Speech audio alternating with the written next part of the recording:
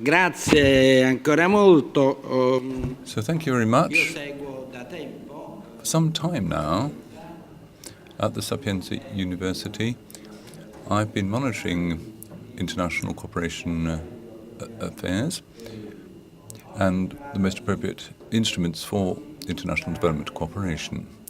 Today, we're talking about getting the private sector involved in the famous PPP mechanism. In my view,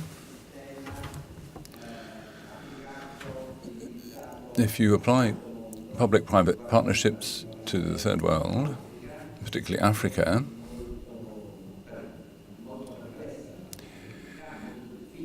it's going to be very difficult and give rise to considerable perplexity. We've heard a fairly upbeat statement from Mr. Rodolphi, while others have said getting the banking sector involved in special projects. Again, they were being rather optimistic. Now, I'm going to strike a more pessimistic note. As far as I'm concerned, it would be extremely difficult to use project financing in specific development cooperation projects because of two fundamental concerns. The need for long-term development projects and the need to have well-defined norms and standards applying. And both of those are very precarious in developing countries. We're talking about Africa anyway. And in other parts of the world, the situation may be even more complex. So, as far as I'm concerned, it would be very hard indeed to persuade the private sector, private investors, to organize projects that they could take to the bank with a low risk profile and which it would be feasible to fund. In all likelihood,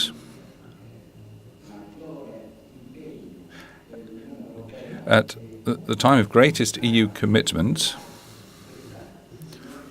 and we do need to wake up the European Union, as it's got another bogged down with the population, we need to develop a fresh set of instruments. Now, as Mr. Deva has pointed out, it's very important to be able to obtain access to a range of funds in the shape of grants and getting research centres with direct experience in the field on board.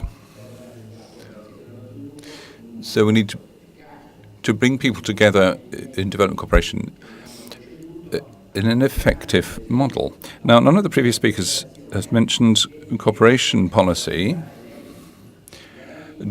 worked on by any foundation. It carries out investments in the field of cooperation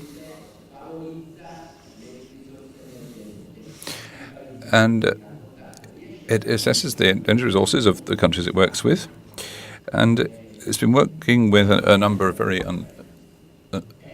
unstable countries, but it isn't a financing system as such. Rather, you have an exchange between those who want to use energy resources and in return offer social development projects, schools, hospitals and similar infrastructures.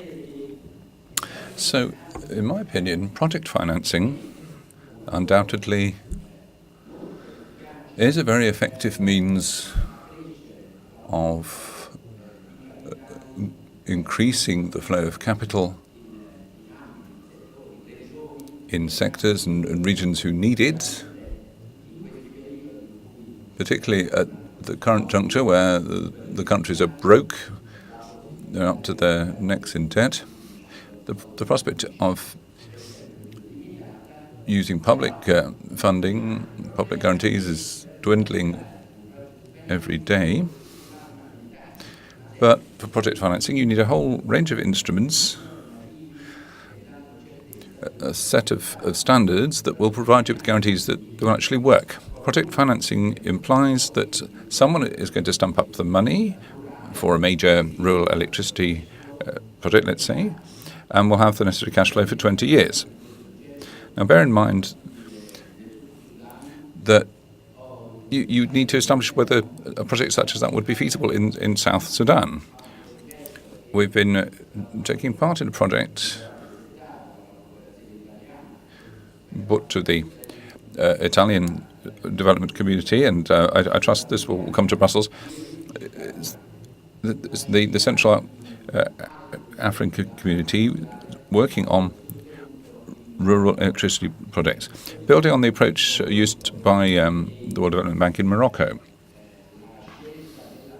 The point I'm making is that choosing the kind of projects you're going to pursue will have a bearing on the level of interest amongst potential investors.